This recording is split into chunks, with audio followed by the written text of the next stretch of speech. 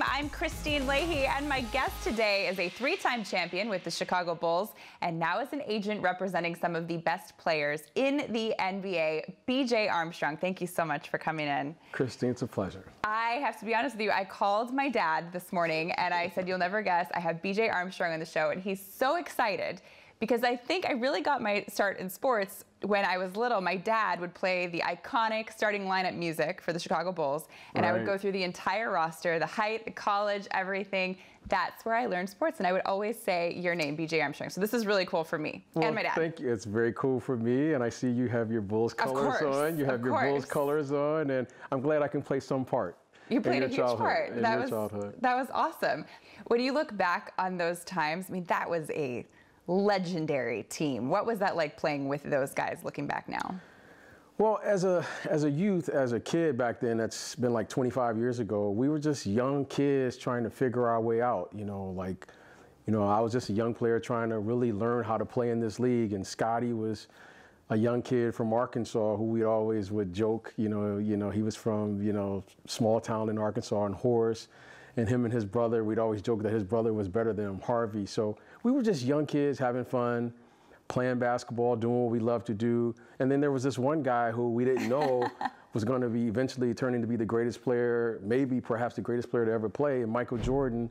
And we just all kind of made fun of him because he wore long shorts. We thought it was weird that he wore his North Carolina shorts under his team shorts. So we were just young kids having fun. But the most important thing, we had the courage to come together as a team. And more importantly, we fought every day and we stuck together and stuck through the process. And it was a good time. The chemistry seemed to be what it was for me. How much credit do you give to that versus Phil Jackson?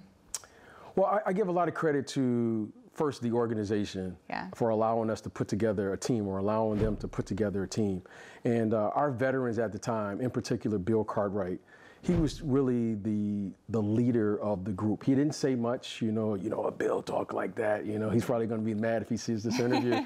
So Bill was really the leader of the team. He was a true veteran. He was a professional in every way, on and off the court. And he gave us all of the inspiration. He held us all accountable to say, we have a job to do. We're having fun, we're playing, we're young. But Bill was really kind of the leader behind the scenes that no one really knew. Michael got all the press, and surely Michael was a leader on the court, and we all followed him. But Bill and John Paxson and, Craig Hodges and, Charles Davis, the guys that were behind the scenes, all teaching us young guys how to be professionals ourselves as we was coming up through the ranks. There's still such a mystique, though, about those Bulls teams in that time. There's fights in practice, late night gambling going on.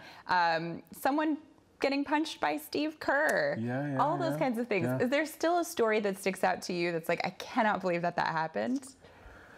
Well, there's so many things that you have, and we were in the locker room, and those are my guys. So there are some stories that, they need to stay there. But the thing that I remember most about this team was, yes, did we have fights? Yes, we did. Did we have disagreements? Yes, we did. Did we go out there and challenge each other during practice? Yes, we did all of those things. But the one thing I remember most about is that we were a very professional group. Whatever was going on off the court, we never allowed it to happen inside the lines. And that's what I remember most about that group is we played together, we lost together, and we did all the things that a family will do. We had our disagreements, and Phil would make us practice and we didn't want to practice. And we have to remember, Phil's first year was my first year. So he was a young coach. He wasn't quite the Zen master then yet. And the mystique that, that he's gone on to have in his career wasn't there. So we were just all really starting fresh. No one had won a championship. No one had accomplished what we've all done years later. So it was just a good group that played together. We lost together. But more importantly, we went through the whole process as a group. Like, what kind of things, though, would get guys riled up in the locker room that it would turn into that? Well, one of the things was we had a very Your smirk is killing me right now. One of the things that was really with our group is Michael, as everyone knows, he didn't like to lose at all. And none of us like to lose, right? So you lose and you play, you lose, you go, hey, I win some, I lose some. Whenever he would lose, it was to the 10th degree. And he just couldn't take the fact of losing. And when he would win, he would make sure that you knew about it during the game, during the practice, after practice, he was just constantly on you. But when he lost, it was war. He was ready to fight, and he literally was ready to fight. So we took the game just like we took that right to practice. And our practices became more competitive than the games. Oh and the one thing that I do remember about this, I say the best of Michael Jordan we never saw, because what he did in practice was far superior than what he did in the game. Why didn't it translate? I think because it was more talking. It was the trash talking, the things that you could do, and I think he was like an artist. He could experiment more in practice than he probably could during the game. So I think in practice he was just that much more competitive.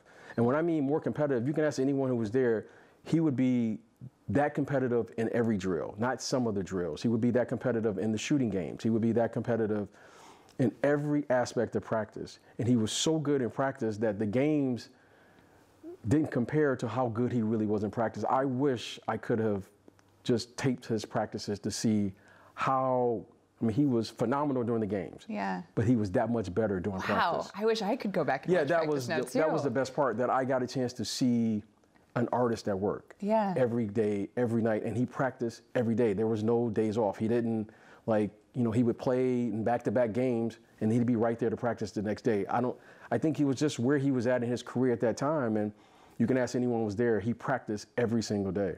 From what you know about LeBron and Kobe, because I've heard similar things about how they are in practice, do you think they were all kind of on the same level and that's why they're so great? Or was Michael that much more intense? Well, I didn't get a chance. I know them professionally. I have seen them, play in games and practice from time to time. So I don't know them as well. You talk to their teammates, you know them. I think Michael probably set the standard to which they all imitated. Kobe was a huge fan of Michael Jordan. Kobe studied Michael Jordan clearly.